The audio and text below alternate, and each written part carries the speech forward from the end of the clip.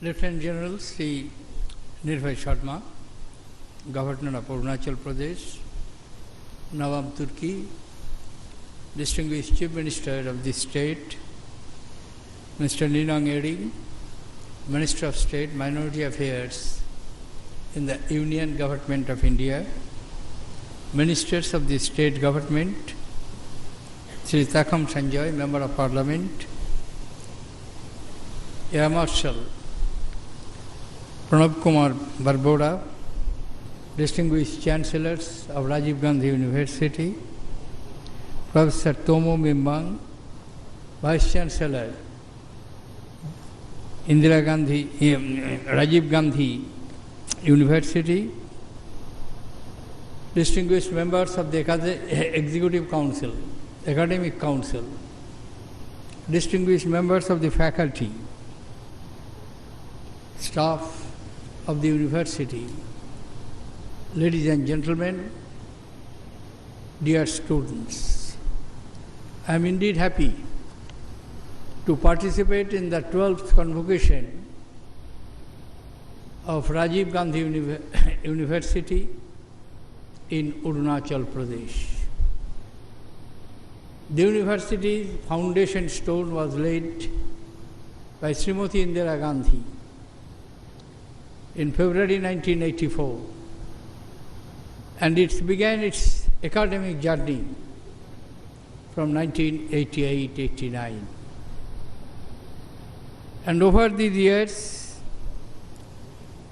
this university has produced a number of students, graduates, who have not only enriched themselves through their knowledge and skill, but also they have enriched their state and our nation as a whole.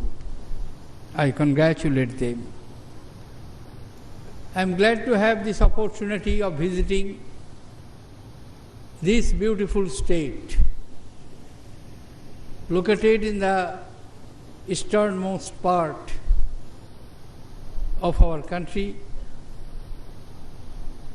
and a core state in our major policy in external relations, which is known as Lookist policy. It is nestled in the lustre of green at the foothills of Himalaya and has its old traditions, having important pilgrimages like monastery at Tawang and also Parshuram Kundu on the bank of Brahmaputra, where the legend says that he got of his sin after having a bath in this holy river.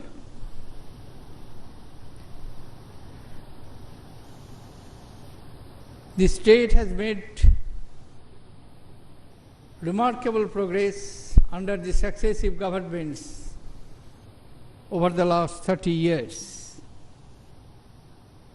But still, there is immense potentiality, especially for its economic development. Economic sectors like hydroelectric power and tourism have immense potential to drive the economic development of the state, and which can act as engine of growth in this beautiful state. Education is to be a facilitator in this transformation.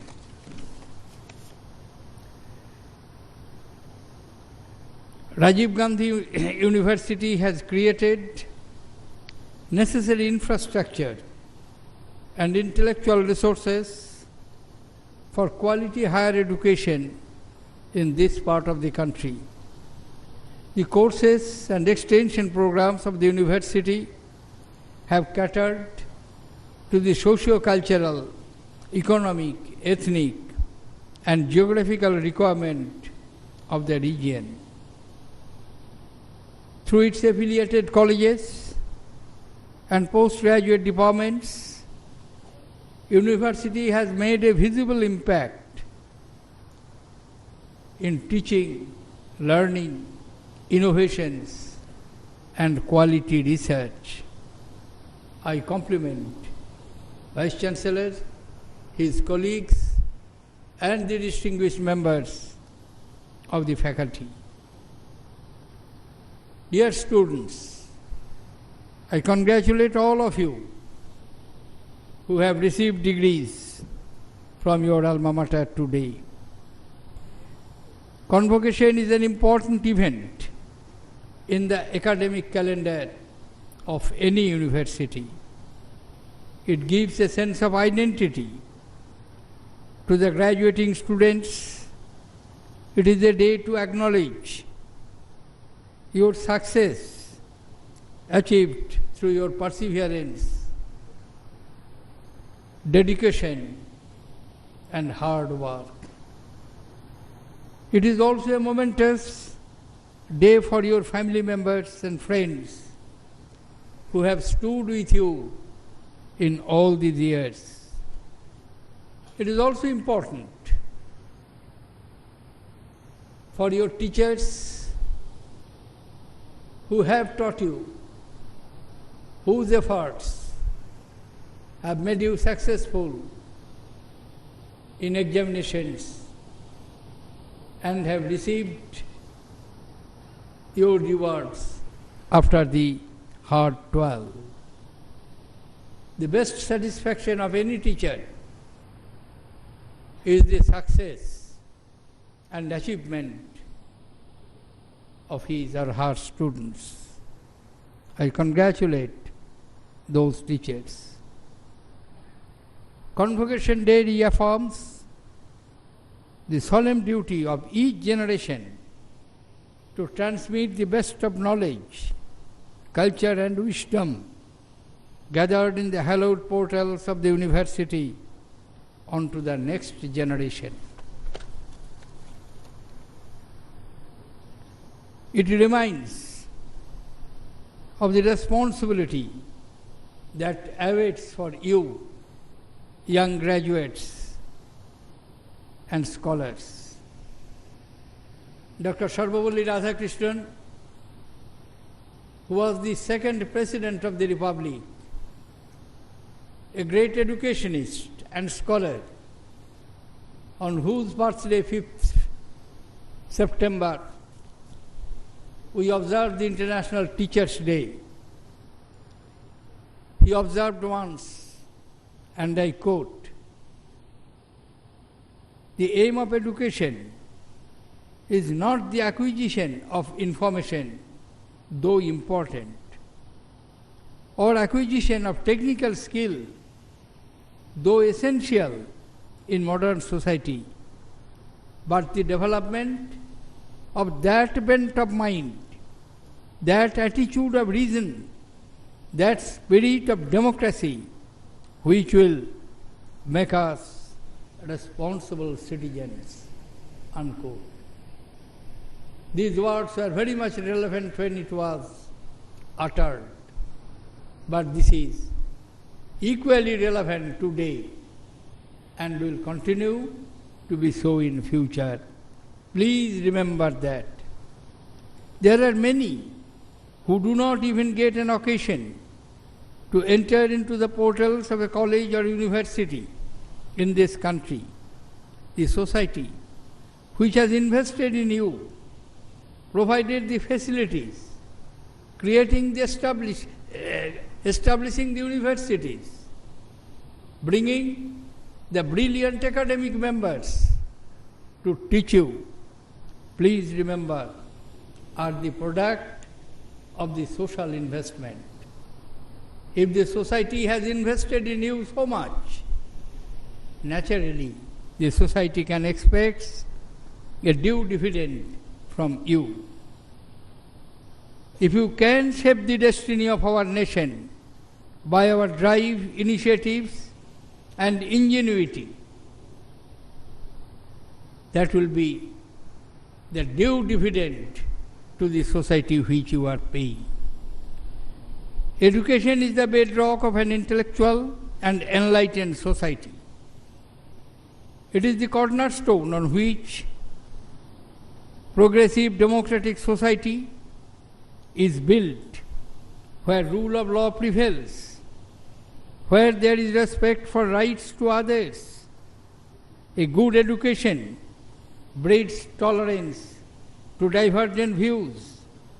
It prods us to use our learning for the good of mankind. Our country has done well in terms of economic development, in terms of GDP, in terms of building up infrastructure, in agriculture, in education, in service sectors. Yet, we cannot claim to have evolved into a truly developed society. Development is not only about factories, dams, powerhouses. Development, to my mind, is about the people, their values, and their devotion to spiritual and cultural heritage which we have inherited from our ancestors. At a time when we as a nation have to make an extra effort to surmount the contemporary moral challenges, it is holistic education that might play a definitive role in shaping our values. Our educational institutions have a pivotal role to inculcate in our youth the core civilizational values which are of eternal relevance: love for motherland, performance of duty, compassion for all, tolerance for pluralism, respect for women, honesty in life, self-restraint in conduct, responsibility in action, and discipline. Dear students, a society does not civilize itself by accident. It does so by a process of learning, creative interpretation of experiences, and generation of the new knowledges. Indian civilization has a long-standing knowledge tradition. Once upon a time, India led the world in the field of the higher education, not for 1 or 2 years, 1 or 2 centuries, but almost 1800 years, from 6th century BC to 12th century AD, from the days of Taxila, Takshashila, to the days of collapse of Nalanda. India was the leader in the field of higher education, and the universities like Takshashila, like Nalanda, Bikramshila, Malavi, Shompura, Odanpuri, and many others attracted great scholars, great minds, not only from India, but also from abroad. Takshashila was at the confluence of 4 civilizations. It flourished from 6th century BC onwards.